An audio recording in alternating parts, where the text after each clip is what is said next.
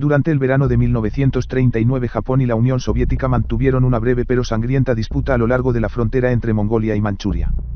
El resultado fue una estrepitosa derrota japonesa que alejó al Imperio nipón de un futuro enfrentamiento con la URSS. Un camino que les llevaría hasta Pearl Harbor. El culpable de todo ello fue un entonces desconocido pero prometedor oficial soviético Georgi Chukov. Antecedentes. Desde 1919 los japoneses tenían estacionado en Port Arthur al ejército de Kwantung, integrado por algunas de las mejores unidades del ejército imperial japonés, EIJ.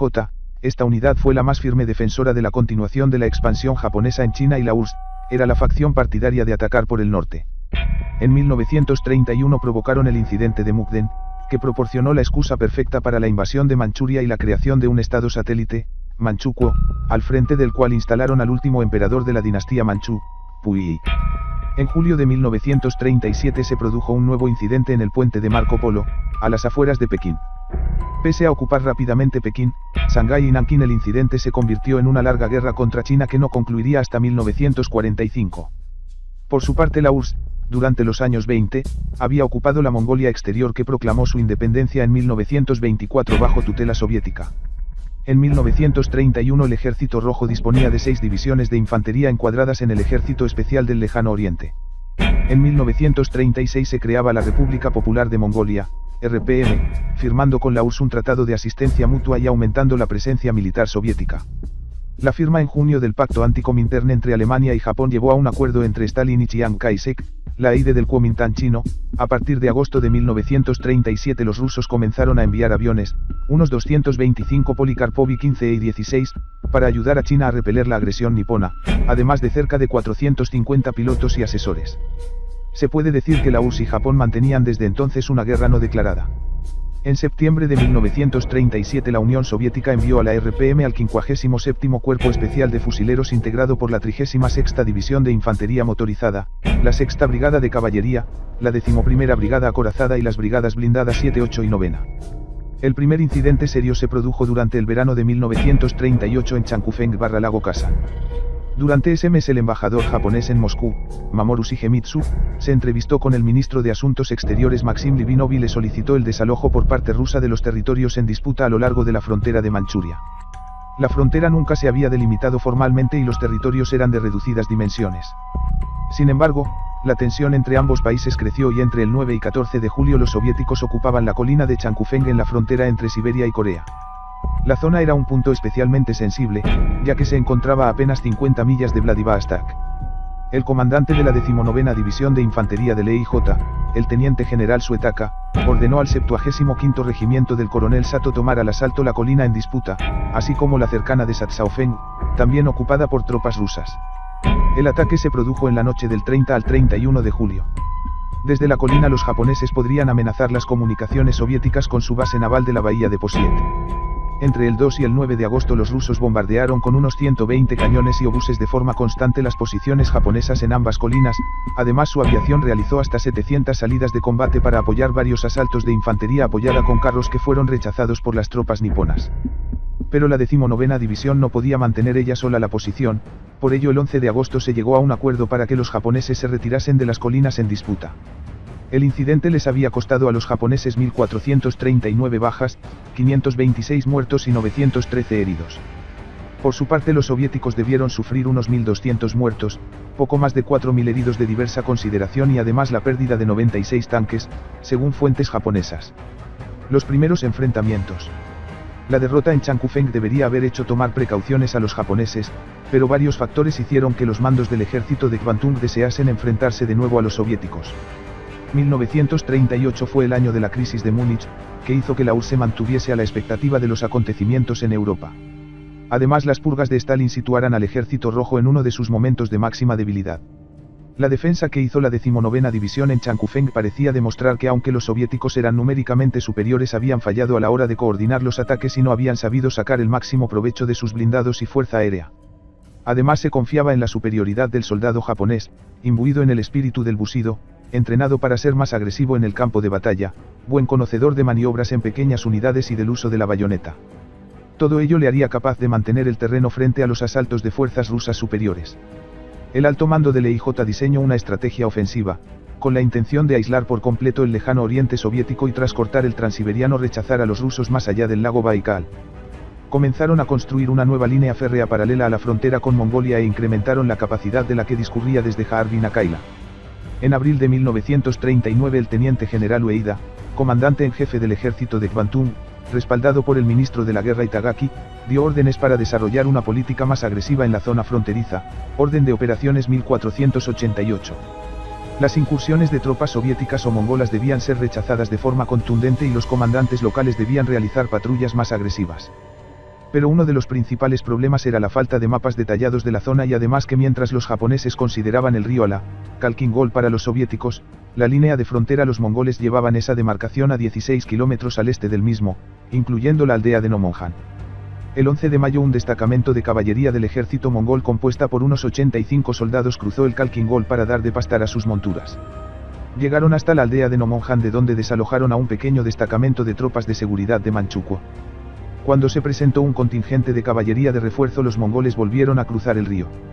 El día 13 regresaron reforzados por tropas soviéticas y de nuevo atravesaron el Ala, donde construyeron el puente de pontones de Kawamata.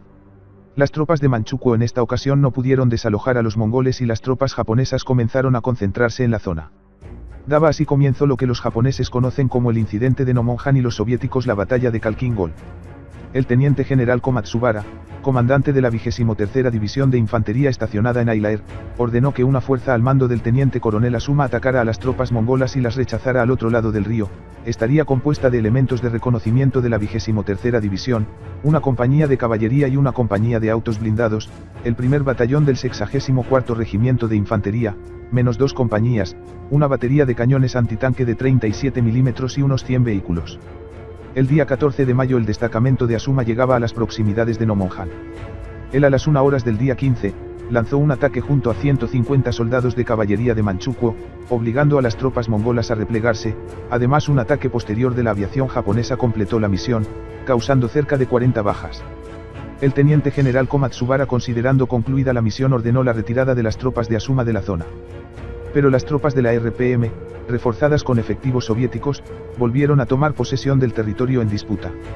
Días después unidades de reconocimiento japonés estimaban en unos 400 los soldados enemigos desplegados en la zona, además de varios cañones y blindados. El día 21 de mayo el teniente general Komatsubara ordenaba al coronel Yaama Agahata, comandante del 64º Regimiento de Infantería, expulsar a los invasores. Yaama Agahata esperaba rodear a lo que él estimaba como unos pocos cientos de guardias de frontera soviéticos y tropas de caballería mongolas. Con una compañía realizaría un ataque de diversión en el centro, el batallón del 64º Regimiento atacaría por el norte y el destacamento de Asuma, moviéndose en paralelo a la columna de Yaama Agahata, bloquearía el puente de Kawamata. Asuma, confiado en que las tropas enemigas se desbandarían en cuanto viesen a los japoneses, prescindió de su batería de cañones antitanque.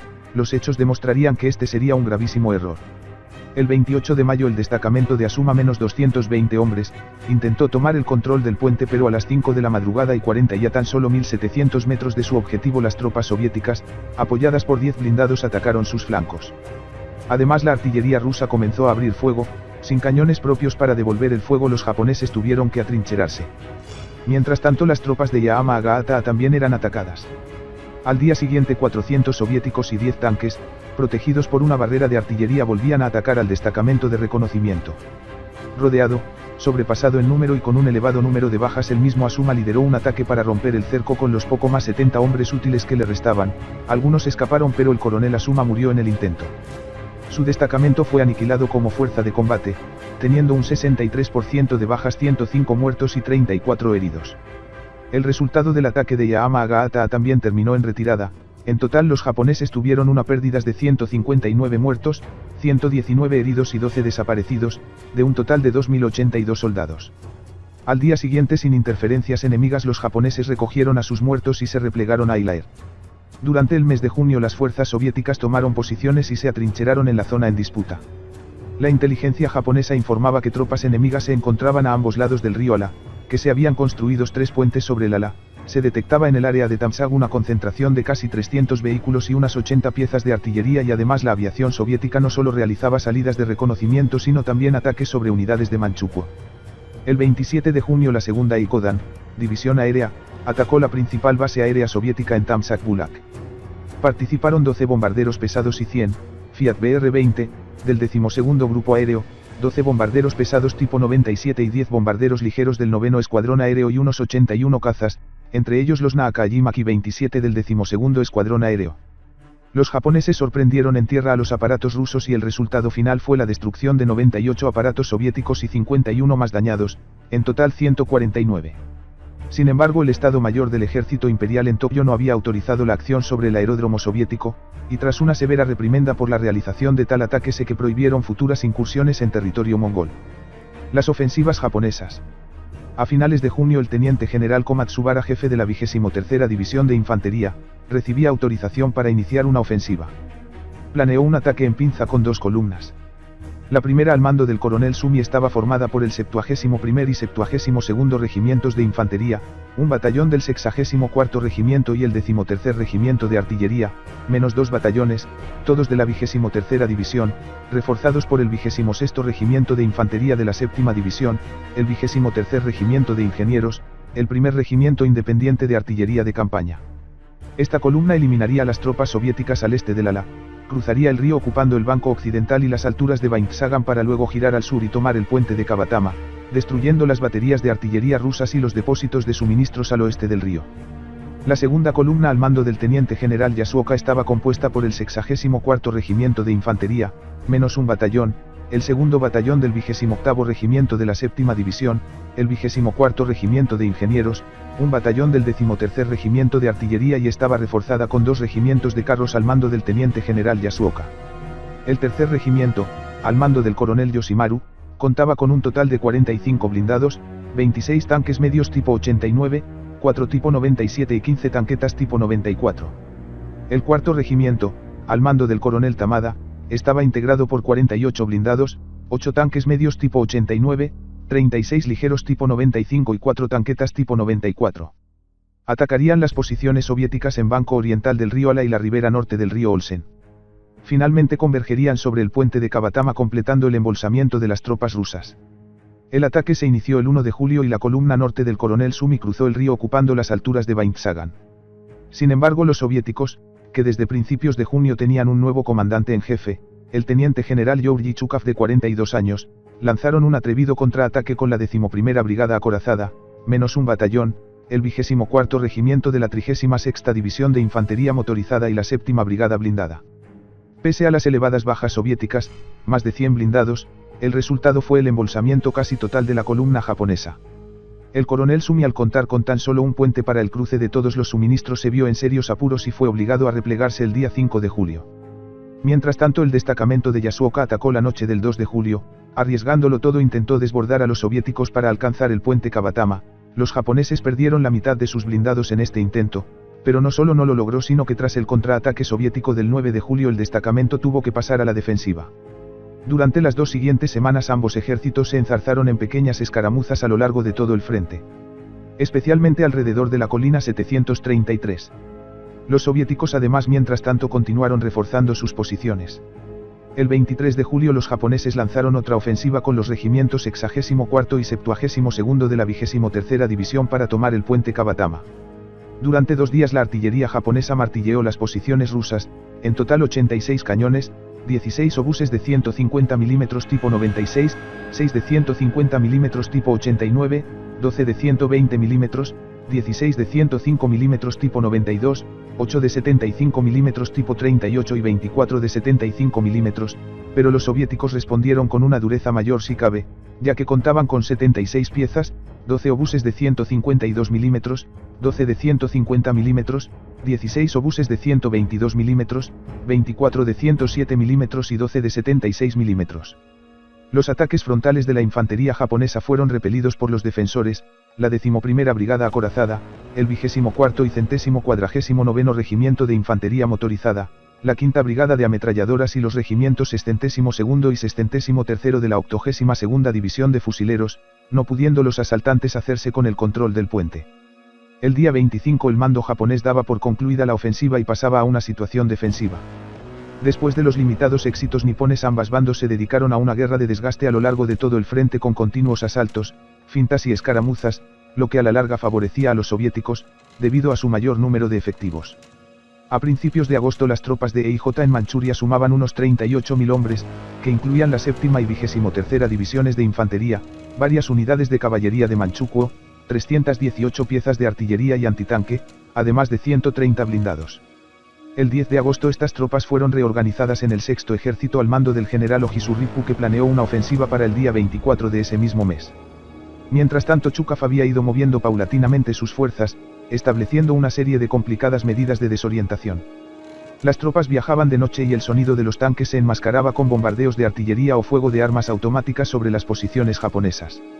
De forma deliberada ordenó a sus tropas que siguiesen construyendo posiciones defensivas para confundir al enemigo, que enviaba continuamente patrullas nocturnas para reconocer las posiciones rusas, imprimió un manual de medidas defensivas que permitió que cayera en manos japonesas y en mensajes radiofónicos, fácilmente descifrables, se discutían obras de defensa y una hipotética campaña en otoño o invierno. Además Chukaf insistió en la importancia de la colaboración entre las tropas de tierra y el apoyo aéreo. El reconocimiento aéreo servía para detectar las posiciones defensivas enemigas y los pilotos asistían a las reuniones con las tropas de tierra para coordinar los objetivos. Desde finales de mayo hasta el 25 de julio los japoneses habían sufrido más de 5.000 bajas, 1.377 muertos, 3.044 heridos y 828 enfermos. Las pérdidas rusas fueron mayores, pero el ejército rojo contaba con recursos humanos superiores. Realmente la batalla se estaba convirtiendo en una guerra de desgaste y en el manejo de los recursos logísticos Chukaf mostró mejores dotes. Su base de suministros más cercana se encontraba a más de 600 kilómetros, en la estación de ferrocarril de Boriza, en la línea férrea del Transiberiano. Desde allí y hasta el frente los suministros debían ser transportados a lo largo de caminos de tierra. Chukaf estimó que necesitaría 18.000 toneladas de munición para artillería, además de 22.500 de combustible y lubricantes, 4.000 de comida y todo el material necesario para mantener la campaña, en total 55.000 toneladas. Para transportar todos estos suministros contó con una enorme flota de camiones 2.729 Gaza A y 1.832 ZIS 5 y 6, además de otros 1.195 vehículos como automóviles, camiones para tanques, tractores o motocicletas. Por su parte el sistema de suministros japonés se mostró como claramente ineficaz. Pese a que las cabeceras japonesas del ferrocarril se encontraban en Aylaer, a apenas 200 kilómetros al este de Nomonhan, las tropas estuvieron durante días sin agua, en una zona donde las temperaturas alcanzaban los 35 grados. La llegada de suministros fue deficiente durante toda la campaña. Los japoneses no dispusieron de los suficientes medios de transporte para hacer llegar todo el material y suministros a las tropas de primera línea. Resultado de imagen de Haljingol 1939. La ofensiva soviética. Una tercera ofensiva japonesa estaba planificada para ser iniciada el 26 de agosto, cuando a las 5 de la madrugada y 45 del 20 de agosto el recién creado primer grupo de ejércitos con unos 57.000 soldados, apoyados por 438 tanques, 385 autos blindados, 542 piezas de artillería y cerca de 250 aviones, 150 de ellos bombarderos, atacaron a las unidades japonesas a lo largo de todo el frente. El plan de Chukaf era lanzar un ataque frontal en el centro para fijar al mayor número posible de tropas japonesas, usando sus dos flancos, donde concentró sus unidades acorazadas y blindadas, para realizar una maniobra envolvente que lograse cercar al grueso de las fuerzas niponas. El despliegue soviético fue el siguiente. En el flanco izquierdo, al norte, el 61º Regimiento de Infantería de la 82ª División, la 7ª Brigada Blindada, 2 batallones de la 11ª Brigada Acorazada y la 6ª División de Caballería Mongola. El centro estaba formado por la 36ª División Motorizada de Infantería, la 5ª Brigada de Ametralladoras y la 82ª División de Infantería, menos un regimiento. El flanco derecho, al sur, contaba con la 57ª División de Fusileros, 2 batallones de la 11ª Brigada Acorazada, 3 batallones de la 6ª Brigada Acorazada, la 8ª Brigada Blindada y la 8ª División de Caballería Mongola. La reserva estaría compuesta por la 9ª Brigada Blindada, un batallón de la 6ª Brigada Acorazada y la 212ª Brigada Aerotransportada. Primero atacó la aviación y posteriormente las baterías soviéticas silenciaban a las japonesas, que además estaban cortas de munición, y cortaron las líneas de teléfono, dejando incomunicadas a las unidades niponas. El devastador castigo al que fueron sometidas las obras defensivas japonesas las hizo casi desaparecer. El factor decisivo del ataque estuvo en la coordinación que consiguió Chukaf entre las tropas de asalto, infantería y carros, con las unidades de apoyo, artillería y aviación, además de su aplastante superioridad numérica. Tras más de 3 horas de intenso bombardeo soviético, el asalto comenzó a las 9 horas. Los combates fueron tremendamente fieros, sobre todo por la extremada tenacidad demostrada por los japoneses. En el centro la infantería rusa de las divisiones 82ª y 36ª no consiguieron tomar las posiciones japonesas, avanzando apenas 500 metros. De todas formas su principal objetivo era fijar al mayor número de tropas japonesas para que éstas no pudiesen reforzar sus flancos, cosa que consiguieron, además de enmascarar el ataque principal. En el norte el ataque comenzó a las 5 horas y tras la correspondiente preparación artillera la 7ª Brigada Acorazada y el 61º Regimiento de Infantería se lanzaron sobre las tropas de caballería de Manchukuo en el sector de las alturas de Fui, el cual estaba bajo el mando del coronel Ioki. El ataque fue tan violento que hizo replegarse a las tropas de caballería, todo ello llevó a pensar al teniente general Komatsabara que el ataque principal se produciría en este sector. En el flanco sur los ataques soviéticos se encontraron una durísima resistencia del 71º Regimiento, pero sobre todo del 2º Batallón del 28º Regimiento. Durante el primer día las tropas del coronel Potapov apenas pudieron avanzar unos cientos de metros. Durante la noche no cesaron los bombardeos de las posiciones niponas y a las 6:30 se producía un nuevo ataque aéreo. Pese a la presencia de aviones japoneses la superioridad aérea durante todo el ataque correspondió a los soviéticos. Durante el día 21 el norte japonés sufrió un conato de rebelión por parte de las tropas de Manchukuo lo que obligó a Komatsubara a enviar sus pocos refuerzos a esa zona, al mando del coronel Sumi. Pero lo peor se produjo al sur, donde los rusos ocupaban las alturas 780 y 791, cortando de esa manera una posible retirada japonesa hacia el este. En el lado norte el día 22 los rusos atacaban la base de Uzuru, una de las pocas con agua potable de la zona. Además Chukov envió como refuerzos a la 9ª Brigada Acorazada y a los paracaidistas de la 212ª Brigada. La pinza del norte comenzaba a cerrarse. Los blindados soviéticos de Potapov consiguieron romper totalmente las líneas japonesas el 23 de agosto, tras 3 días de encarnizados combates, embolsando a la mayor parte del flanco izquierdo japonés. El día 24 se completaba el cerco de las tropas japonesas cuando las unidades del flanco izquierdo soviético tomaban contacto con las unidades blindadas de Potapov unos kilómetros al oeste de Nomonhan. Se producía así una doble maniobra envolvente, aislando al grueso de la 23ª División de Infantería, la casi totalidad de la artillería y otras unidades japonesas como el 2º Batallón del 28º Regimiento de Infantería o el 8º Regimiento de Guardias de Fronteras. Aún así los nipones lucharon con desesperado coraje. Un comandante de regimiento prefirió quemar sus banderas y cometer seppuku antes que rendirse. Otro de ellos murió en una carga suicida, armado con su sable, contra los tanques rusos. Todo fue inútil ya mientras la artillería y aviación rusa pulverizaba las posiciones niponas los tanques soviéticos, algunos de ellos OT-26 dotados de lanzallamas, y apoyados por infantería fueron tomando cada uno de los puntos fuertes japoneses. El 26 de agosto un contraataque japonés para romper el cerco de la 23ª División fue rechazado por una brigada de tanques rusa. Al día siguiente los japoneses realizaron el último esfuerzo por romper el cerco, también fracasó. La batalla terminó el 31 de agosto con la casi completa destrucción de las tropas japonesas cercadas. Los restos de las unidades se filtraron hacia sus propias líneas durante la noche. Durante el mes de septiembre continuaron los enfrentamientos, ya que los japoneses trajeron apresuradamente refuerzos, pero los acontecimientos en Europa, con la invasión de Polonia el día 1 de, llevaron a Stalin a ordenar el cese de la ofensiva de Chukov. Así que durante septiembre el principal escenario de combate fueron los cielos de Manchuria. Los japoneses llegaron a contar con 255 aviones, 158 de los cuales eran cazas y el mismo día 15 de septiembre atacaban los aeródromos soviéticos en Mongolia. Ya el 22 de agosto los soviéticos habían ofrecido un acuerdo al gobierno imperial a través del embajador japonés en Moscú Togoshi Genori. El 23 se firmaba el pacto germano-soviético, precisamente en mitad de los combates, lo que llevó al periódico Asahi Shimbun a afirmar que el espíritu del pacto anti-Comintern ha sido reducido a un trozo de papel y Alemania ha traicionado a un aliado. El 15 de septiembre, cuando las tropas de la Wehrmacht se encontraban a las afueras de Varsovia, el embajador Togo firmaba el acuerdo que entraría en vigor al día siguiente. Además se produciría un intercambio de prisioneros y se crearía una comisión conjunta para resolver las disputas fronterizas. Consecuencias. Los japoneses tuvieron unas pérdidas enormes en la batalla, en total 17.364 hombres, 8.440 muertos o desaparecidos y 8.776 heridos, a los que habría que sumar 2.350 enfermos. La 23ª División tuvo un 73% de bajas y el 71º Regimiento el 93%. Además los rusos tomaron unos 3.000 prisioneros, casi todos ellos gravemente heridos. En Japón las consecuencias fueron muy importantes. Tras la derrota los nipones tuvieron mucho cuidado en no volver a provocar a los soviéticos. Además se produjo una notable pérdida de influencia del ejército de Kwantung y de la facción del ejército partidaria del atacar por el norte en beneficio de la armada y los partidarios de atacar por el sur. Pese a que en 1941 los nipones firmaron con Alemania e Italia el pacto tripartito, estos mantuvieron un acuerdo de no agresión con la URSS, también firmado en 1941. Esto llevaría al imperio japonés a una guerra por los recursos estratégicos en el sudeste asiático que desembocaría en el ataque a Pearl Harbor, con el objetivo de eliminar a su principal enemigo en la zona, los Estados Unidos. Sin embargo, los japoneses a nivel táctico y estratégico no aprendieron de su derrota.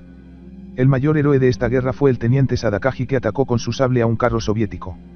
La más importante lección sobre el transporte de suministros y equipo tampoco calaron en el EIJ. Se siguió premiando el valor individual del soldado japonés, pero no se subsanaron las deficiencias en material pesado, ni en los desfasados tanques, las ineficaces piezas antitanque y sobre todo en la organización. Estos errores los volvieron a cometer años más tarde en la mala planificación de la conquista de la India desde Birmania. Las pérdidas soviéticas fueron mayores que las japonesas, 9.703 muertos y 15.952 heridos, 86 cañones de todos los calibres, 694 camiones, 253 tanques, entre ellos 157 BT-5, 59 BT-7 y 18 T-26, y 133 autos blindados. Por su parte, los mongoles perdieron 556 hombres, 165 muertos y 391 heridos. Chukov, condecorado como héroe de la Unión Soviética, fue ascendido a comandante del distrito militar de Kiev en previsión de una invasión soviética de los Balcanes o una guerra con Alemania. Cuando se produjo esta en 1941 era el comandante soviético más experimentado. Ascendió rápidamente en el Ejército Rojo y aplicó las lecciones que había aprendido en Nomonhan. La planificación y ejecución de las ofensivas rusas en Moscú a finales de 1941 y sobre todo en Stalingrado en 1942 responden a la perfección a las lecciones aprendidas por Chukov en las planicies de Mongolia, elaboradas medidas de engaño, brutal potencia de fuego, estrecha colaboración entre infantería, tanques, artillería y aviación y además un total desprecio por el número de bajas propias.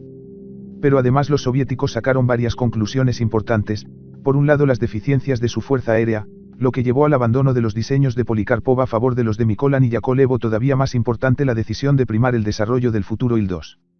Además se demostraron las limitaciones y carencias de los T-26 y los BT-7 que influyeron decisivamente en el desarrollo del T-34.